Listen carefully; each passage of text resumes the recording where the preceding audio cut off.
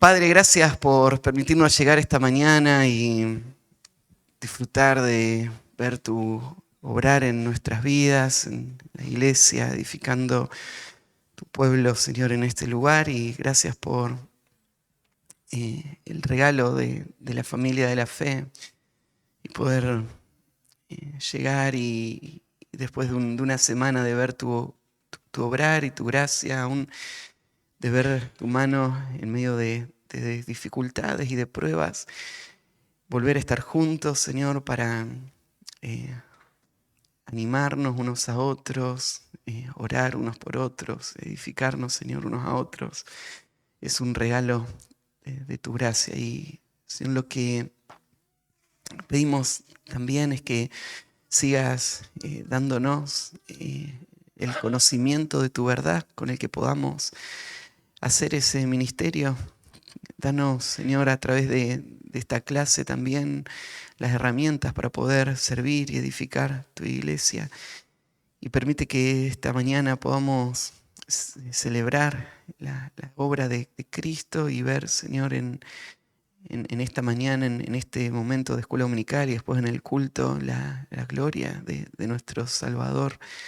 Y podamos, Señor, crecer en confianza en Él, en dependencia de Él. Que nuestra vida pueda estar rendida a Él cada día. Te amamos, Señor, y pedimos que uses este tiempo también. Dame sabiduría y la guía para expresar tu verdad y usa este momento con el poder de tu Espíritu para edificar tu iglesia. En el nombre de Jesús, amén. Bueno, vamos a abrir nuestras Biblias en Apocalipsis capítulo 4 para seguir con el estudio que estamos haciendo de este libro. Y hoy vamos a tratar de cubrir todo el capítulo. Cuando arranqué en Apocalipsis 4 estamos, ¿sí? Cuando arranqué con la introducción, les expliqué que la regla que íbamos a tomar para interpretar este libro es que vamos a ser consistentes con una interpretación literal, histórica y gramatical, como lo hacemos con cualquier otro pasaje. Pero sí les anticipé, este libro tiene desafíos, en parte porque hay figuras que necesitan ser entendidas a la luz de todas las profecías del Antiguo Testamento. Hay desafíos que tienen que ver con la situación de las personas que lo recibieron y que tal vez nos cuesta a nosotros un poquito más entender a qué se refiere. Pero el libro en sí no es un libro misterioso, no es un libro que tenga un significado oculto y guardado para algunos expertos. Este, como cualquier otro libro, tiene un significado natural y simple y fue dado para personas que estaban pasando pruebas y que necesitaban aliento. Entonces, en medio de esa dificultad, pensar en la victoria de Cristo sobre este mundo y sobre sus enemigos y el reino futuro iba a animar a la iglesia. Ahora, al llegar al capítulo 4, vamos a entrar a la última sección del libro, que es la más larga y es la que va a usar muchos más de estos cuadros. Así que en esta sección vamos a encontrar muchos más de estos pasajes que han sido abusados, distorsionados, que se han interpretado de una manera alegórica. Entonces, en mucho del cristianismo actual, la última parte del libro de Apocalipsis se usa para tratar de mirar lo que está pasando en el mundo ahora y encontrar algún cumplimiento de alguna profecía y decir, ves, la Biblia lo había dicho, ¿no? Y toda clase de cosas se dicen de esta sección. Entonces yo espero que al entrar en esta última sección, el mantener la consistencia con la interpretación nos ayude a sacar todo el valor que tiene esto y a la vez cuidar de todas estas falsas enseñanzas que han también ha afectado la doctrina de la iglesia. Creo que esta es la última sección porque nosotros bosquejamos el libro a partir de un pasaje que hay en el capítulo 1, cuando Jesús le habla a Juan en el versículo 19, capítulo 1, versículo 19, y le dice: escribe las cosas que has visto y las que son y las que han de ser después de estas. Yo les expliqué que esos tres conceptos podrían abarcar todo el libro, porque en este momento Juan acababa de ver una visión de Cristo glorificado, y a eso se refiere la primera expresión. Las cosas que has visto tiene que ver con lo que acababa de ver Juan. Las cosas que son, todas las cartas que estudiamos en capítulo 2 y capítulo 3, todas son las palabras de Cristo o el veredicto de Cristo del estado de 7 iglesias que había en ese momento. Estas son las cosas que son. Jesús dice, esto es lo que está pasando en estas 7 iglesias. Así que es natural tomar esa expresión para referirse a los capítulos 2 y 3 de Apocalipsis. Y la última sección dice, escribe las cosas que han de ser después de estas. Y te invito a leer ahí en el capítulo 4, el versículo 1, para introducir esta tercera sección. Y dice así: después de esto, miré, y he aquí una puerta abierta en el cielo. Y la primera voz que oí, como de trompeta hablando conmigo, dijo: sube acá y te mostraré las cosas que sucederán después de estas. En español se respeta esta misma expresión.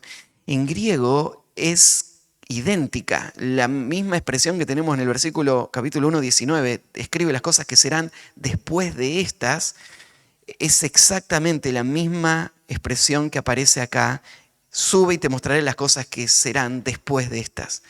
Entonces las cosas después de estas son las que arrancan en el capítulo 4. Esto es muy importante para la interpretación de Apocalipsis, porque si esto es así, lo que tenemos del capítulo 4 en adelante son todas profecías predictivas. O sea, nada de esto había sucedido aún en tiempos de Juan. Todo esto son visiones que tienen que ver con sucesos futuros para Juan. No todos los intérpretes están de acuerdo con esto. Hay muchos que creen que todo el libro tiene que ver con lo que estaba pasando en el tiempo de Juan. Hay una corriente de interpretación que se le llama preterista, y la corriente preterista, la palabra pretérito, ¿se acuerdan de esa expresión en gramática? ¿A qué se refería pretérito? Al tiempo pasado, muy bien. Entonces se refiere a que todo esto ya pasó, ya se cumplió. No hay nada de Apocalipsis que tengamos que esperar algún cumplimiento, porque todo esto se refiere a cosas que ya pasaron. Entonces identifican, por ejemplo, el anticristo como el emperador en tiempo de Juan, a Domiciano lo identifican como el anticristo. Identifican todas las situaciones que van a describir en estos pasajes como situaciones que ya habían pasado o que estaban pasando en el tiempo de Juan. Y tenían que ver con la persecución y la victoria de Cristo sobre sus enemigos en ese momento. Pero yo creo que esta expresión que les acabo de señalar es una de las claves para poder reconocer que todo lo que tenemos de acá en adelante no se refieren a cosas pasadas, sino a cosas futuras. Entonces, nosotros no somos preteristas. Nosotros entendemos todas estas profecías relacionadas con el futuro, aún con nuestro futuro, ¿sí? Son cosas que todavía no han sucedido. Así que déjenme leer el capítulo 4 y vamos a estudiar hoy esta sección. Después de esto miré, y aquí una puerta abierta en el cielo, y la primera voz que oí, como de trompeta hablando conmigo, dijo: sube acá y yo te mostraré las cosas que sucederán después de estas. Al instante yo estaba en el espíritu, y aquí un trono establecido en el cielo, y el trono y en el trono uno sentado. Y el aspecto del que estaba sentado era semejante a piedra de jaspe y de cornalina. Y había alrededor del trono un arco iris, semejante en aspecto a la esmeralda. Y alrededor del trono había 24 tronos, y vi sentados en los tronos a 24 ancianos vestidos de ropas blancas, con coronas de oro en sus cabezas. Y del trono salían relámpagos y truenos y voces. Y delante del trono ardían 7 lámparas de fuego, las cuales son los 7 espíritus de Dios. Y delante del trono había como un mar de vidrio semejante al cristal. Y junto al trono y alrededor del trono 4 seres vivientes llenos de ojos delante y detrás. El primer ser viviente era semejante a un león, el segundo era semejante a un becerro, el tercero tenía rostro como de un hombre y el cuarto era semejante a un águila volando. Los 4 seres vivientes tenían cada uno 6 alas, y alrededor y por dentro estaban llenos de ojos, y no cesaban día y noche de decir: Santo, santo, santo es el Señor Dios Todopoderoso, el que era, el que es y el que ha de venir. Y siempre que aquellos seres vivientes dan gloria y honra y acción de gracias a aquel que está sentado en el trono, al que vive por los siglos de los siglos, los 24 ancianos se postran delante del que está sentado en el trono y adoran al que vive por los siglos de los siglos y echan sus coronas delante del trono diciendo: Señor, digno eres de recibir la gloria y la honra y el poder, porque tú creaste todas las cosas y por tu voluntad existen y fueron creadas. Va a comenzar esta última sección con una transición que es muy visible. Hasta ahora, todo lo que se dijo tenía una óptica terrenal. O sea, Juan en la isla de Patmos, la visión de Cristo que se aparece en ese lugar y Juan lo ve y lo describe y después las 7 iglesias. Pero en el capítulo 4 va a haber una transición de lo que pasa en la tierra a lo que pasa en el cielo. Y es reflejada en este llamado de Juan a subir, una puerta abierta en el cielo, y la primera voz que escuchó Juan le dijo: sube acá y yo te mostraré las cosas que sucederán después de estas. Algunos han visto en este versículo una indicación del rapto de la iglesia. Y entiendo que cronológicamente acá es donde uno vería suceder el rapto. Cuando nosotros estudiamos eventos futuros hace algunos años, estudiamos que después de la era de la iglesia, el próximo evento que va a romper con lo que Cristo está haciendo en la iglesia, edificando su iglesia, es el rapto. Y de ahí va a comenzar el tiempo de tribulación acá en la tierra y el tiempo de las demás descripciones de lo que va a pasar en el cielo. Pero este pasaje no está explicando el rapto. De nuevo, tenemos que mantener la interpretación literal. Acá nos está diciendo Juan que él está representando a la iglesia a la que la voz del cielo le dice: sube acá. Juan está hablando de él y esta visión o esta serie de visiones que van a venir. Entonces, no hay nada en el texto que señale el rapto en lo absoluto. Ahora, nosotros yo creo en un rapto pretribulacional, pero no está basado en este versículo. ¿Sí? Este versículo no está haciendo mención al rapto. Pero sí hay algo muy interesante para notar de aquí en adelante. En los primeros 3 capítulos de Apocalipsis, la palabra iglesia aparece constantemente. Los capítulos 2 y 3, la iglesia era el centro de atención. Se habló a estas 7 iglesias. Escuchen lo que el Espíritu dice a las iglesias. La iglesia es de lo que se está hablando. Del capítulo 4 en adelante, hasta casi el final del libro, hasta el capítulo 19, no se menciona ni una sola vez la iglesia. Esto debería llamarte la atención por la intensidad con la que se habla y de repente desaparece la iglesia de toda la escena. Ni una sola vez se menciona la iglesia relacionada con nada de lo que se va a decir en los próximos capítulos. Entonces, si bien acá no se explica el rapto, ni se hace referencia al rapto, este es el momento en donde la iglesia ya no va a estar más en la tierra. Y por eso no se la menciona ni una sola vez a la iglesia en la tierra, en ninguno de los juicios que van a venir. Y recién se menciona la iglesia al final, en el capítulo 19, cuando la iglesia desciende con Cristo para el tiempo del reino milenial. Entonces, el rapto pretribulacional es consistente con la exégesis de este pasaje, pero no es explícito, no aparece en este versículo. Entonces, el versículo 2, escucha Juan la voz y al instante yo estaba en el Espíritu. Eso se refiere que esto no es algo físico.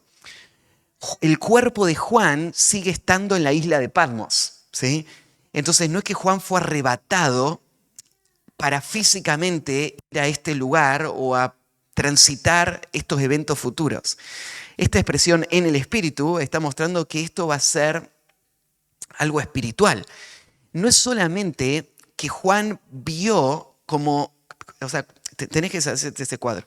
Juan estaba en la isla de Patmos un día domingo, teniendo un tiempo de comunión con el Señor, y de repente escucha la voz, se da vuelta y ve a Cristo glorificado ahí en la isla de Patmos, que se le apareció y le habla.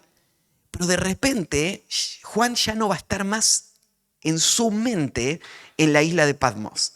Como si fuese a ser en un estado de éxtasis espiritual, Juan va a ser trasladado a otra realidad.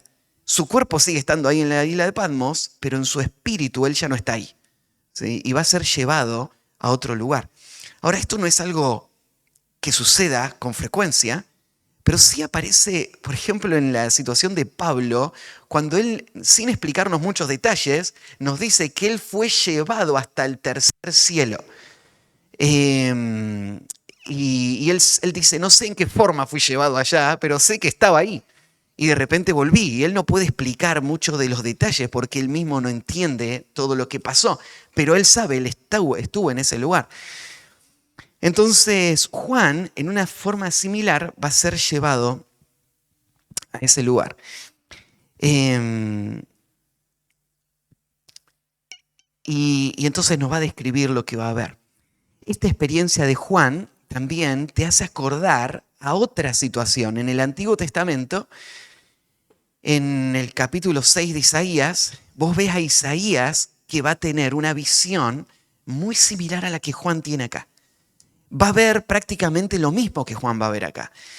Él va a ver el trono de Dios y lo que pasa en el lugar más sagrado que hay en este universo. En este universo hay un lugar, es un lugar físico, no es un lugar, es un lugar real, ¿sí? No se podría llegar en nave espacial a este lugar, pero este lugar está en este universo creado, fue creado junto con la Tierra este lugar. Y en este lugar Dios decidió poner una expresión de su gloria que es única. Y en ese lugar es donde los seres espirituales, que la Biblia describe como los ángeles, los mensajeros, están rodeando el trono de Dios en alabanza continua a Dios. Y Dios le permitió a algunas personas, a través de la historia, en el espíritu, estar en ese lugar y ver lo que pasa en ese lugar. Esto no fue muy frecuente, porque el diseño de Dios para los que van a ir a ese lugar es que vayan después de la muerte a ese lugar para estar de manera permanente, pero para estas personas Dios les permitió ver lo que pasa ahí. Yo les mencioné a Isaías, por ejemplo. Yo creo que Moisés vio ese lugar también.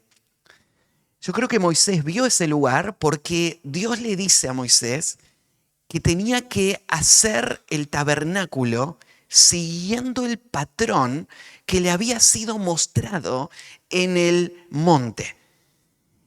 Todos los elementos que hay en el tabernáculo son una representación tangible, natural, con elementos naturales de esta creación, que representan lo que hay en el lugar santo en el cielo. En el cielo hay un trono y en el tabernáculo hay un arca que se le llama el trono de Dios. En el cielo están los seres espirituales adorando a Dios día y noche, y sobre el arca están esos ángeles inclinados con las alas sobre el arca. En el cielo está la gloria de Dios reflejada en el centro de ese trono, y sobre el arca está la Shekinah de Dios como una luz que está brillando. Todos los elementos, los colores que fueron diseñados para el tabernáculo se tomaron a partir de cómo se vería entrar al cielo. Entonces, cada vez que un sumo sacerdote entraba al lugar santísimo, él estaba percibiendo con figuras y elementos del mundo lo más cercano que había a tener una visión de lo que sería estar en el trono de Dios, en el lugar santísimo en el cielo, ¿sí? Entonces, Juan va a tener este gran privilegio de entrar a ese lugar.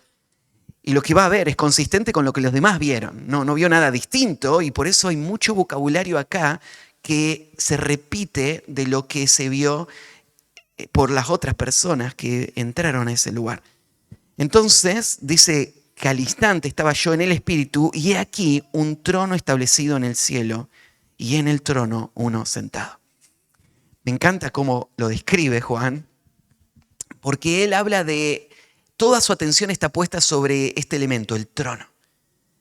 El trono es una silla ornamentada, pero lo importante de esto no es lo linda que sea la silla. Lo importante es que ese trono representa un lugar de poder y de autoridad sobre el que el gobernante se sienta para administrar todo su territorio. Entonces, más que solamente el valor de esa silla, está lo que representa esa silla. Esa silla representa autoridad y gobierno.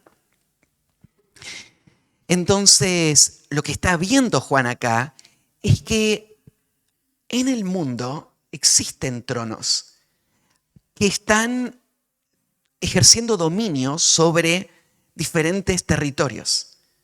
En esa época había un trono que era el trono más grande de todos. No solo en tamaño, sino en influencia y en poder. Era el trono en Roma. Ahí se sentaba el emperador. Y este trono gobernaba muchísimos otros tronos. Así que uno entiende lo que es un trono sobre otros tronos. Pero Juan ahora está diciendo, yo vi un trono que está sentado en el cielo. O sea, este trono es el trono que gobierna sobre todos los tronos. Este es el trono que dirige toda la creación. Este es el trono que tiene la jurisdicción completa. Y esta expresión que usa asentado en el cielo está dando a entender este es un trono estable. Este es un trono que nunca ha sido conquistado por ningún otro. No se ha transferido a ningún otro rey. Es un trono que está ahí desde el comienzo y que siempre ha estado ahí. Y este trono firme y estable gobierna siempre sobre todo lo que pasa en el mundo.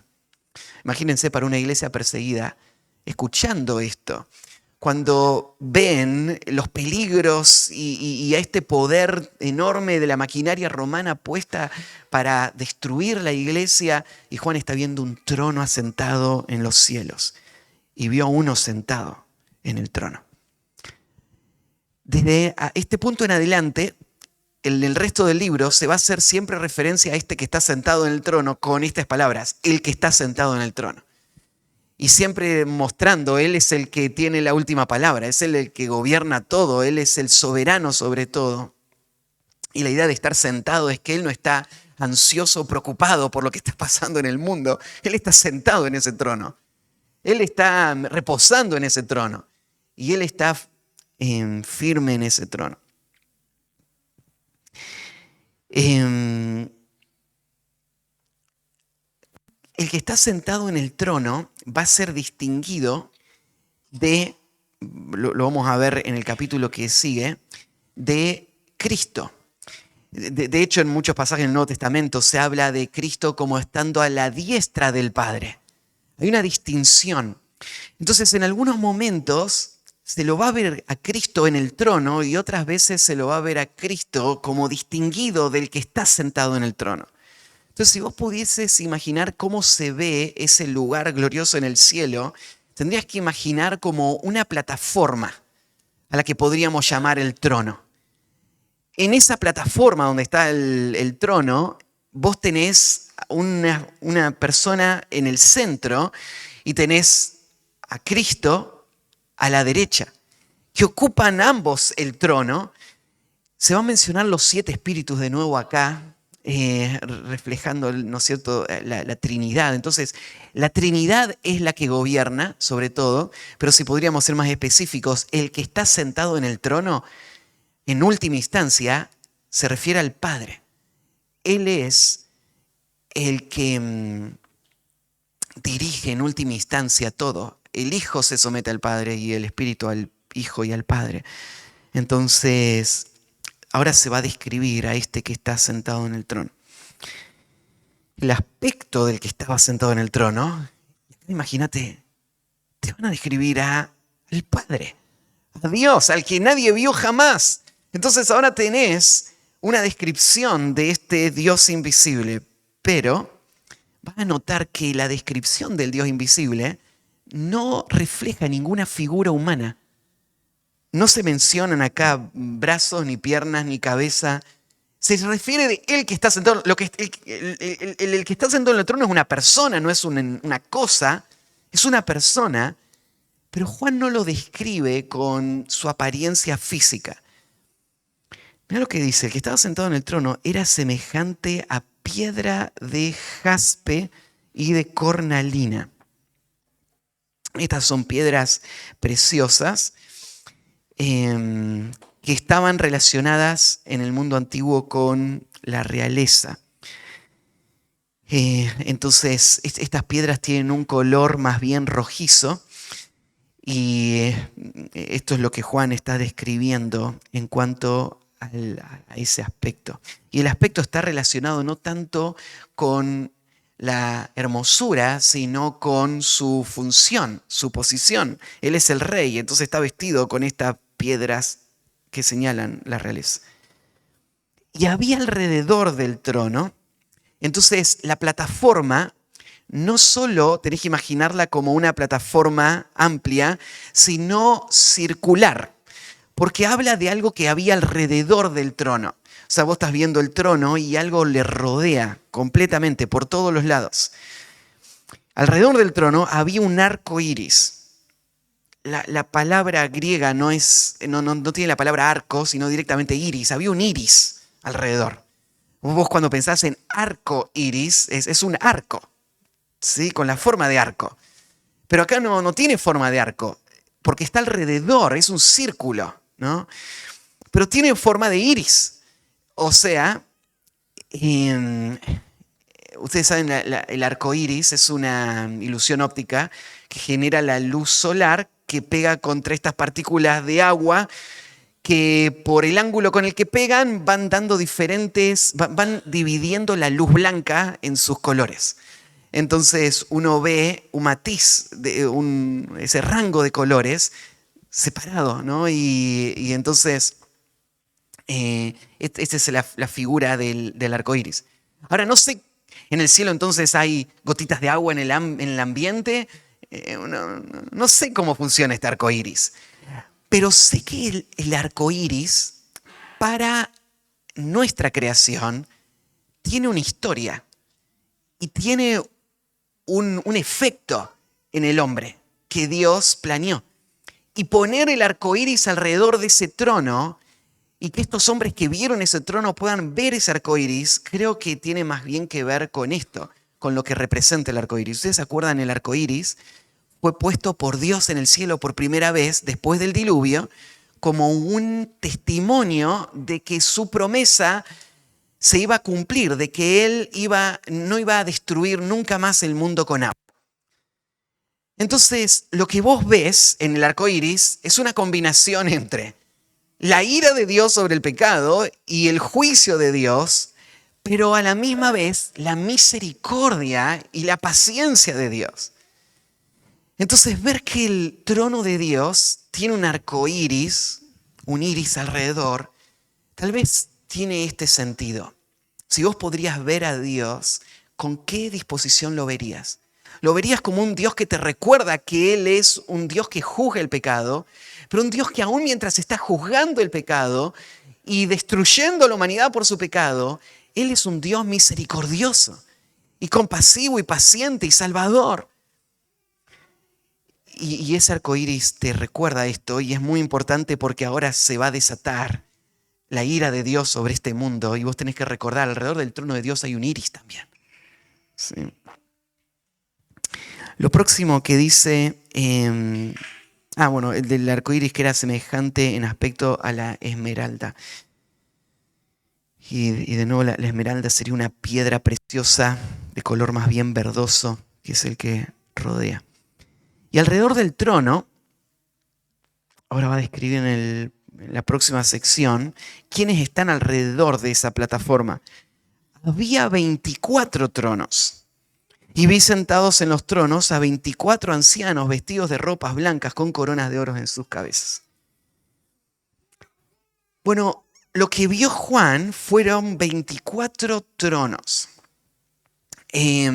alrededor de un trono. Entonces, ¿te acordás que en los reinos antiguos, a veces los reyes también tenían subtronos, en donde se sentaban algunos de sus funcionarios, que acompañaban su liderazgo y su gobierno? Entonces, ¿por qué hay 24 tronos? Es válida la pregunta, ¿por qué este número? Ha habido bastante especulación, el pasaje no dice por qué hay 24 tronos, pero yo les digo, tal vez la explicación para mí más razonable. El número 24 podría dividirse en dos grupos de 12 tronos. La historia de redención está marcada por dos grandes eras que fueron en las que Dios obró a través de 12 patriarcas y 12 apóstoles. En estas dos grandes eras podríamos abarcar el propósito de redención de Dios. Entonces pensar, ¿podrían estos 24 tronos estar siendo ocupados por los 12 patriarcas de Israel y los 12 apóstoles? Al fin y al cabo, Jesús le prometió a los 12 apóstoles 12 tronos, desde los que ellos iban a juzgar a las 12 tribus de Israel. ¿Podría ser esto así? Bueno, sí, me parece que es una explicación razonable para esta figura de los 12 tronos. La descripción que se hace de estos 24 ancianos también coincide con lo que la Biblia anuncia sobre el estado futuro de los creyentes. Entonces, mira lo que dice. Ellos están vestidos de ropas blancas. Estas ropas blancas, lino blanco resplandeciente, va a ser la vestimenta de la iglesia que va a ser descrita en Apocalipsis 19. Después del tribunal de Cristo, cuando se le conceda que ella esté vestida con estas ropas que representan las obras justas. O sea, durante toda tu vida vos serviste a Cristo y Cristo mostró su gracia dándote las obras para que vos andes en ellas. Y cada una de esas obras representan ahora una expresión de gloria que va a mostrar la hermosura de Cristo por toda la eternidad en nosotros. Entonces, nuestras vestimentas en el cielo, vamos a estar vestidos, y no es solamente para cubrir nuestra desnudez, sino que es para reflejar la gloria de Cristo que se refleja en nosotros, y que son las recompensas que habremos recibido después del tribunal de Cristo. Entonces, estos ancianos están vestidos así, están vestidos de ropas blancas. Estos ancianos tienen coronas de oro en sus cabezas.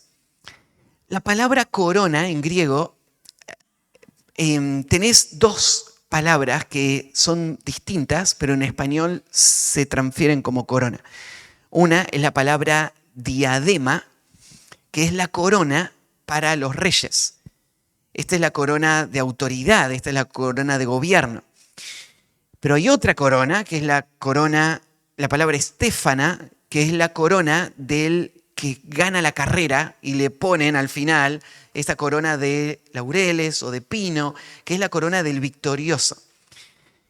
La palabra griega para corona que aparece acá, estos ancianos tenían en sus cabezas estéfanas de oro. No tenían diademas de oro, tenían estéfanas de oro. O sea, estos son premios que ellos recibieron. Son coronas de victoriosos. A diferencia de las coronas de este mundo, no son de laurel ni de pino, son de oro. Dando a entender, estas coronas son perpetuas, nunca se van a desgastar, nunca van a perder su brillo. Entonces, son premios eternos. Estas son las coronas por las que tantos pasajes en el Nuevo Testamento nos animan a correr la carrera, para ganar estas coronas. Entonces Juan ve a estos 24 ancianos que tienen las coronas, porque ganaron. Y del trono, bueno, esta es la descripción entonces de estos 24 ancianos. Lo próximo que vamos a ver, una descripción más, del trono salían relámpagos y truenos y voces. Creo que este cuadro está puesto acá para que vos entiendas la solemnidad y el peso de gloria que está atrás de ese trono. ¿Se acuerdan cuando Dios apareció a Israel en el monte Sinaí? Dios hizo que el monte temblara y se escucharan sonidos intensos, bocinas, ¿no es cierto?, que sonaban. Dios hizo que refusile sobre el monte y que se vea ese humo que sale del monte. ¿Y para qué hizo Dios eso? Para que Israel entienda quién era Él, la clase de Dios que Él es.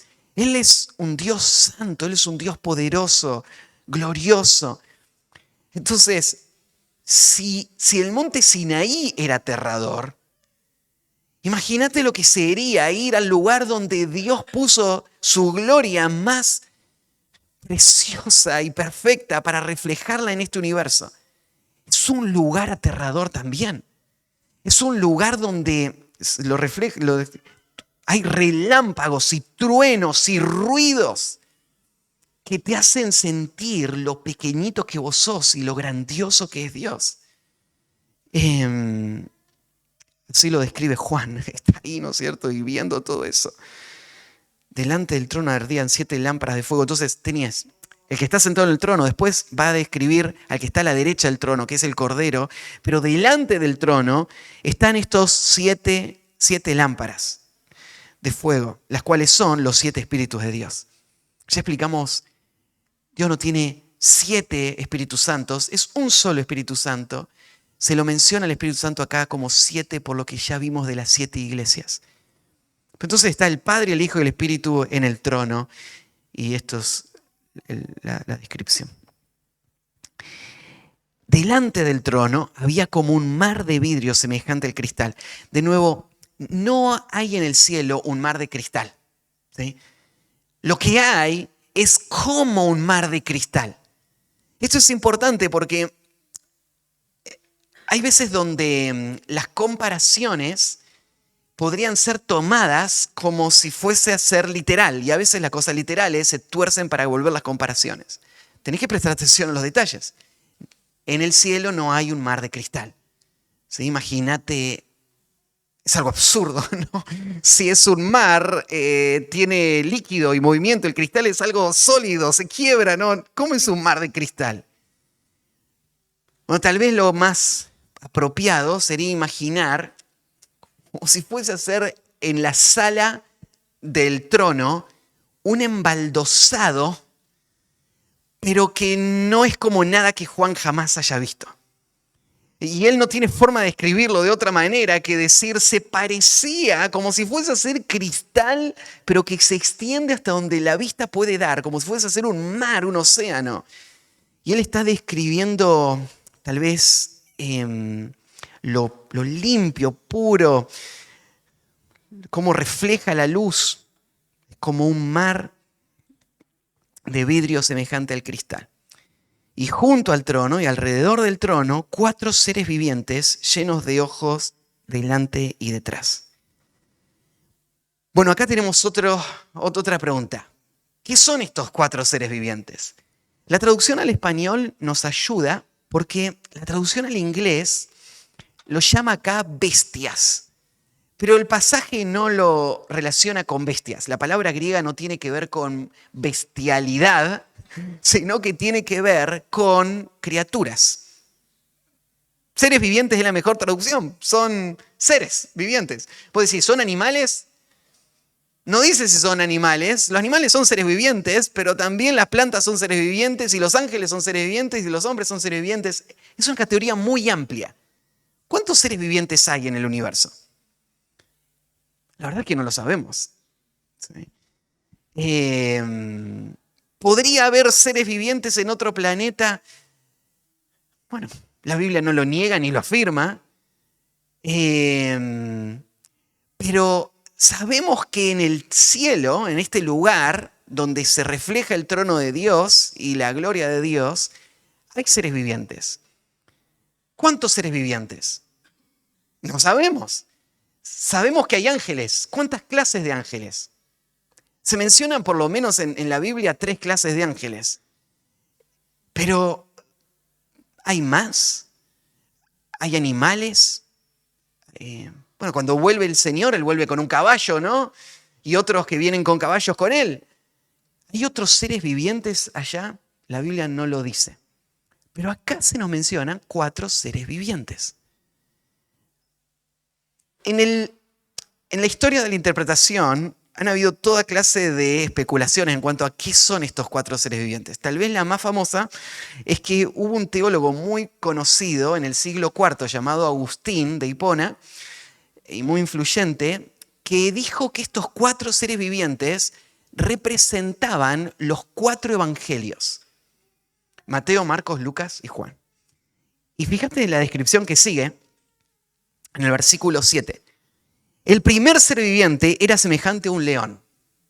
Mateo habla de Cristo como rey. ¿Qué mejor descripción para un rey que el león? El segundo ser viviente era un becerro.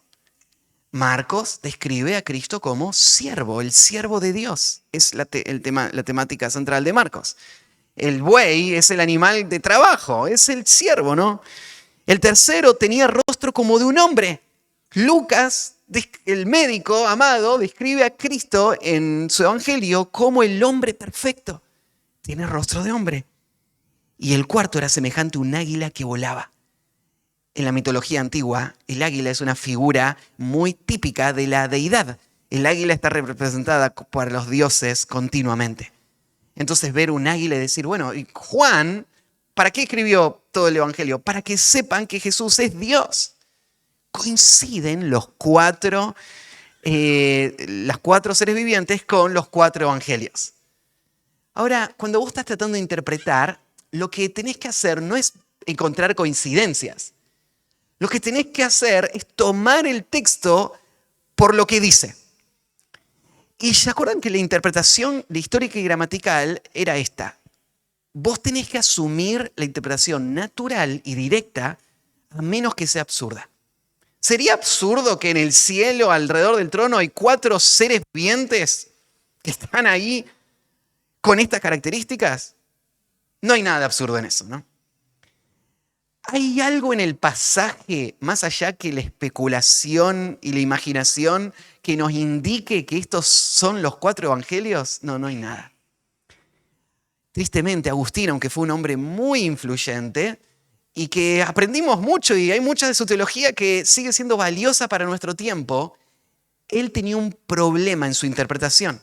Aparte de que él no sabía los idiomas bíblicos, no hablaba griego ni hebreo, él era un filósofo más que un exégeta. Él había aprendido de otro pastor hereje llamado Orígenes la técnica de la alegorización de los pasajes.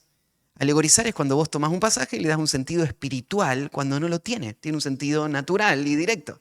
Y vos lo estás espiritualizando. Así que Agustín impuso muchas interpretaciones erradas que están basadas en la alegorización. Así que no, esto no son los 4 evangelios.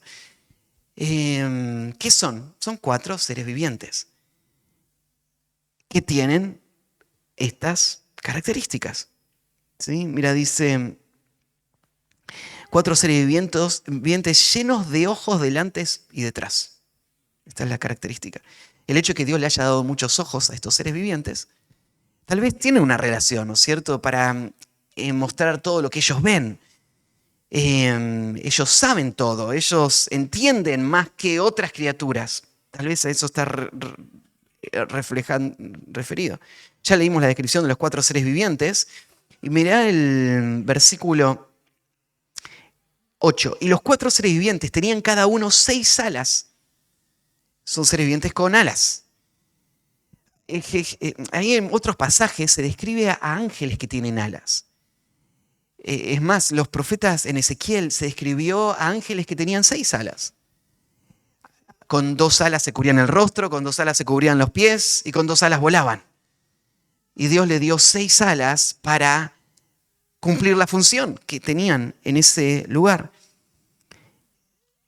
Y alrededor y por dentro estaban llenos de ojos.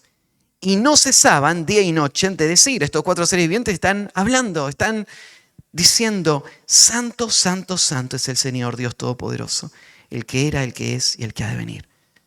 Y ahora te acordás que cuando Isaías vio su visión, también vio a ángeles. Él no los describe como seres vivientes, él describe ángeles que están en la presencia de Dios, pero que hacen lo mismo que estos 4 seres vivientes. Están día y noche continuamente diciendo, santo, santo, santo es el Dios, el Señor Dios Todopoderoso. Entonces, yo más bien tiendo a interpretar estos 4 seres vivientes como 4, tal vez lo que nosotros llamaríamos ángeles. La Biblia no los llama ángeles, son seres vivientes, porque no se dice que lo hayas enviado a ningún lado, Dios, a ellos. Ellos no van a ningún lado, están siempre ahí adorando a Dios, ¿sí? Pero tal vez lo que nosotros pensamos como ángel es una criatura celestial que está ahí con esta función. Imagínate si Dios crea bichitos en el fondo del mar que nunca nadie va a ver, simplemente para que Él se goce en haberlos hecho y que ellos reflejen su gloria ahí donde nadie más está. ¿Qué más habrá creado Dios en el cielo? ¿Qué creará Dios en el futuro? Pero estos seres vivientes están ahí adorando a Dios.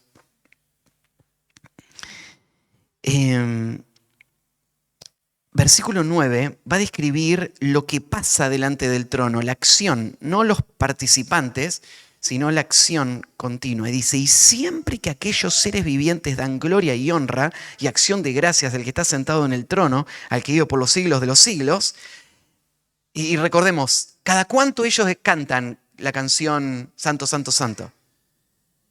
Continuamente lo están haciendo, ¿no? Entonces está diciendo, siempre que ellos cantan o están diciendo esto, hay otra cosa que está pasando simultáneamente. O sea, también está pasando todo el tiempo. ¿Qué está pasando? Los 24 ancianos se postran delante del que está sentado en el trono y adoran al que vive por los siglos de los siglos y echan sus coronas delante del trono diciendo. Juan lo que ve es que el cielo está marcado por una acción continua. Mientras los seres especiales que Dios creó allá para esta función están cantando y adorando al Señor, los que fueron salvados, tengo que agregar algo más, por lo que yo creo que los 24 ancianos son los salvos. Es que en el capítulo que sigue, mientras cantan estos salvos, los 24 ancianos van a estar diciendo que Él es digno porque nos ha redimido de toda tribu, pueblo y nación. Entonces, los 24 ancianos, ¿cuántas tribus, pueblos y lenguas y naciones hay en el mundo? ¿Hay 24 o más? Más, ¿no? Entonces los 24 ancianos que están cantando, tú nos redimiste de toda tribu, pueblo y lengua y nación, evidentemente representan a más gente. No son solo 24. Estos 24 ancianos están representando a todos los salvos que van a cantar esa canción estando ahí. Entonces, en un sentido, vos estás ahí. Quiero que te imagines esto. Lo que está describiendo Juan es algo que él vio del futuro. Y si vos sos del pueblo de Dios, adivina quién vio Juan ahí. Él te vio a vos. Esto todavía no te pasó a vos, vos estás acá todavía. Todavía no llegó ese día, pero Juan ya te vio. Ya te vio a vos en esa situación. Delante del trono de Dios, continuamente, mira, postrados. Y acá postrado no significa esta actitud de rendición y de adoración, reconocimiento. Y adorando al que vive por los siglos de los siglos y echando sus coronas delante del trono. Ahora, para que vos estés todo el tiempo echando tus coronas, físicamente esto es imposible, ¿no? Acá es donde viene la interpretación. Esto tiene que ser simbólico, ¿no? Porque si todo el tiempo están diciendo santo, santo, santo esas criaturas, y siempre que ellos dicen eso, estos hombres están tirando sus coronas, en algún momento se le acaban las coronas, ¿no? No es razonable tomarlo literalmente. Entonces, cuando ya no es razonable, ahora pensamos, ¿a qué se refiere? ¿Cuál es el cuadro? ¿Qué está representando? Bueno, las coronas son las victorias que estos corredores tuvieron y los premios que recibieron. Pero en el cielo, los que ganaron las coronas no están ostentando sus coronas. Lo que están haciendo día y noche es postrados delante del trono, adorando a Dios y echando sus coronas a los pies del que está ahí. ¿Vos decís, eso vamos a hacer toda la eternidad? Sí, pero de manera simbólica. Vos vas a hacer muchas otras cosas. En el cielo vamos a ver más adelante otras descripciones donde habla, por ejemplo, los siervos les servirán. Vos vas a servir a Cristo en el cielo. Pues si yo pensé que iba a estar delante del trono tirando coronas. No, vas a servirlo. Pero en el servicio que vas a estar haciendo, lo que vas a estar haciendo es estar delante del trono tirando coronas.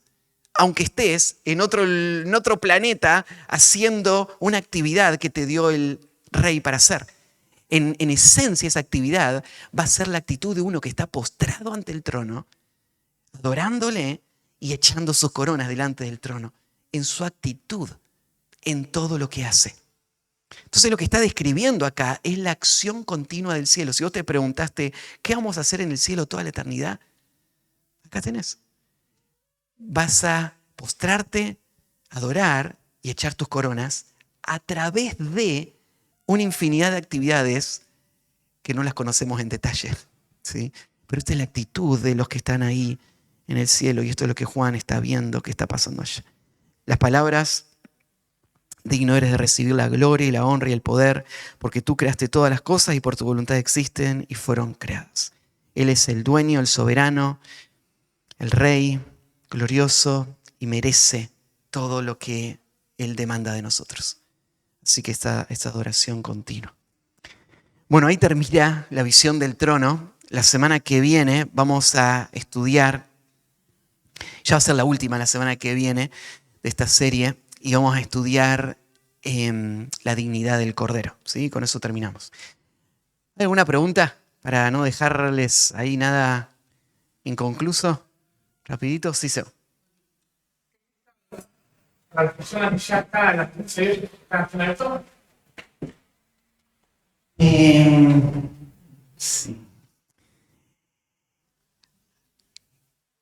En parte sí. Yo creo que estarás conmigo en el paraíso. Hay una comunión real con el Señor. Hay una presencia real ahí. Pero en parte no. Porque el tribunal de Cristo va a marcar el inicio de algo que hoy no se puede todavía experimentar. Entonces, la premiación todavía no llegó, ¿sí? El reconocimiento de Cristo y las coronas y el estado eterno y las funciones del estado eterno van a ser dadas después del rapto y la venida de Cristo. Entonces, en un sentido, los que ya murieron están esperando la resurrección corporal para el estado que se está describiendo acá. Ahora, el estado presente no es un estado de inconsciencia, es un estado de conciencia y de estar en la presencia del Señor. Pero hay muchas cosas de este estado, podríamos llamarlo intermedio, que no son claras. No sabemos exactamente qué están haciendo los que murieron, porque ellos están esperando que Cristo venga para resucitar. Todavía no resucitaron y están esperando que nosotros seamos arrebatados para el tribunal de Cristo, ¿no? Y la recompensa y ahí la posición y todo lo demás que va a venir. Pero, pero sí, yo diría en parte sí. Bueno, sí, hay algunos misterios todavía que vamos a descubrirlos cuando llegue el momento. ¿Qué es la Shekinah? La Shekinah es el término hebreo para referirse a una luz que estaba suspendida sobre el arca del pacto. Cuando entraba el sumo sacerdote una vez al año, él la veía físicamente, estaba ahí. Y llenaba todo el lugar de, bueno, en algunos momentos de un humo denso, por ejemplo, que hacía que nadie pueda entrar a ese lugar. Y esa luz representaba la presencia de Dios. O sea, Dios está en todos lados, siempre. Pero Dios quiso en el templo poner una expresión de su gloria que sea visible, para que el pueblo pueda tener un cuadro en su mente, que ese es el lugar donde Dios está, ese es su trono. Y Él está sentado sobre el trono, sobre ese arca. Entonces la Shekinah sería eso, sería la gloria de Dios dentro del templo, dentro del lugar santísimo. Estuve tentado a dar pero van a esperar hasta el culto para escuchar un detalle más sobre la Shekinah. Dale. Sí. Quería decir, el capítulo 4 Sí. es continuación del capítulo 3, Sí. porque se divide como se dividió en capítulos, ¿no? Era una consecuencia de lo que sigue diciendo. Acá el apóstol Juan dice, sube acá, después de esto, después de lo que dice el capítulo 3, le dice, sube acá y te mostraré las cosas que sucederán después de estas. En el capítulo 3 están las 7 iglesias, ¿no es cierto? Y en todas ellas, porque hay denominaciones que piensan que el rapto es antes de la tribulación, Sí, somos nosotros. antes de la tribulación y otros después de la tribulación. Acá el apóstol dice, sube acá y te mostraré las cosas que sucederán después de esta, de lo que estaba contando en el capítulo 3, ¿no? Y en el capítulo 3, en cada iglesia, Cristo Jesús le dice, a cada iglesia le dice lo mismo, al que venciera, le daré que se siente y me... Entonces, si él dice, al que venciera, es porque hay algo que vencer. Y es quizás la persecución a los cristianos que ya está sucediendo en partes del mundo. Esto quería preguntar, con todo respeto, ¿no? Que cada uno tiene su postura.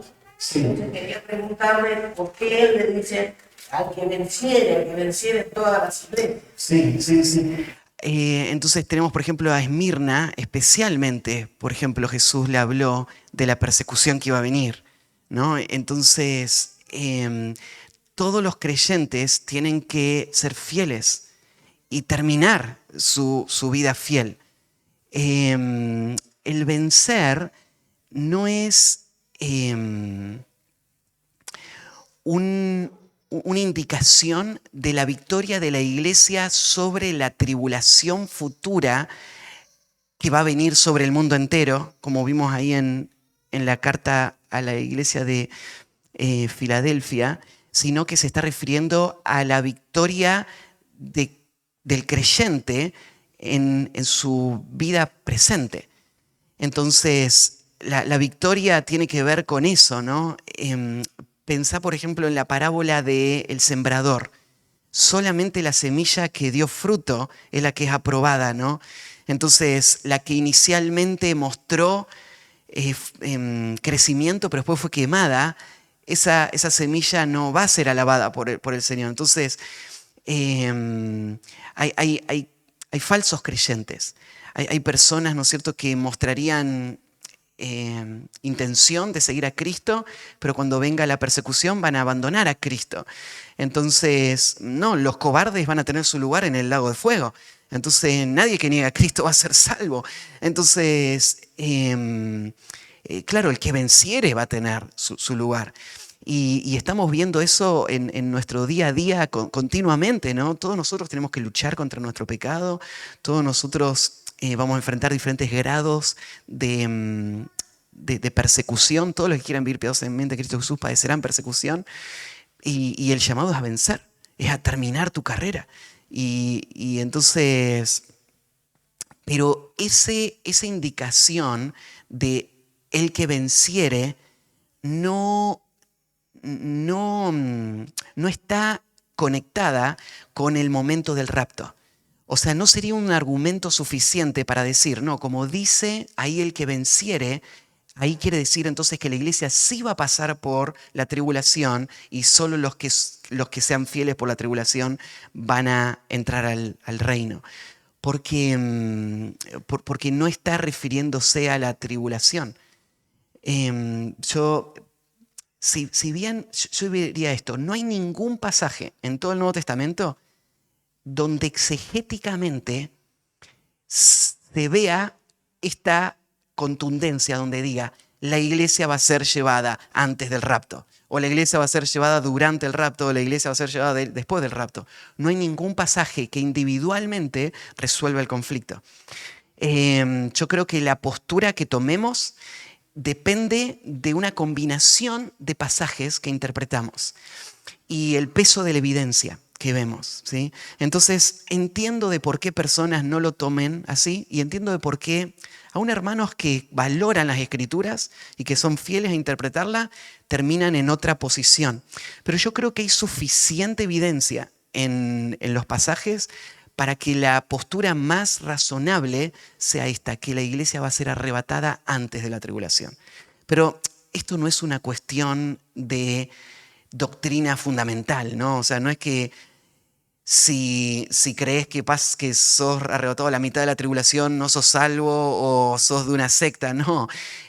Los creyentes genuinos han diferido en esto. Pero yo veo suficiente evidencia para creer que fue al principio. Entonces, si alguien está dando este argumento y dice, no, yo sé que va a ser a la mitad porque ahí dice que si son fieles, pero ahí dice si son fieles, no dice nada de tribulación. No dice que van a atravesar la tribulación. Entonces, no es un argumento convincente. No define la situación. Aún quedaría abierto a la interpretación. Sería esa la forma en la que lo pensaría. Pero bueno, vamos a terminar, ¿les parece? Ya tenemos que cerrar. Oramos. Padre, gracias por la oportunidad que nos das de abrir tu palabra en la comunión de tu iglesia y estudiarla juntos con esta intención de que tú la uses para transformar nuestra vida y dirigirnos. Y esta mañana tú nos recordaste tantas verdades que necesitamos para el día a día. Señor, el hecho de que tú gobiernas y que no hay nada que escape de tu control, ninguna situación, ninguna persona, ninguna enfermedad, ningún enemigo. Tu trono está firme en los cielos. Y Señor, gracias por esta verdad que trajiste a nuestra mente una vez más. También nos recordaste de que tú has planeado para nosotros un futuro en donde el centro sea ese trono y el que está sentado en ese trono. Ayúdanos a vivir cada día de nuestra vida con esta actitud de adoración, rindiéndonos a Él, sabiendo de que eso va a ser lo que vamos a hacer toda la eternidad. Guía, Señor, nuestras vidas y glorifícate en nosotros hoy. Y llena nuestra vida de frutos para que podamos tener coronas para echarlas a tus pies. Porque tú eres digno, Señor, de toda nuestra adoración. Ayúdanos a vivir hoy de tal manera que un día podamos tener esos premios que reflejen tu gracia, que puedan ser arrojados a tus pies. Te agradezco, Señor, por este tiempo y encomiendo el tiempo que viene también a ti. En el nombre de Jesús, amén.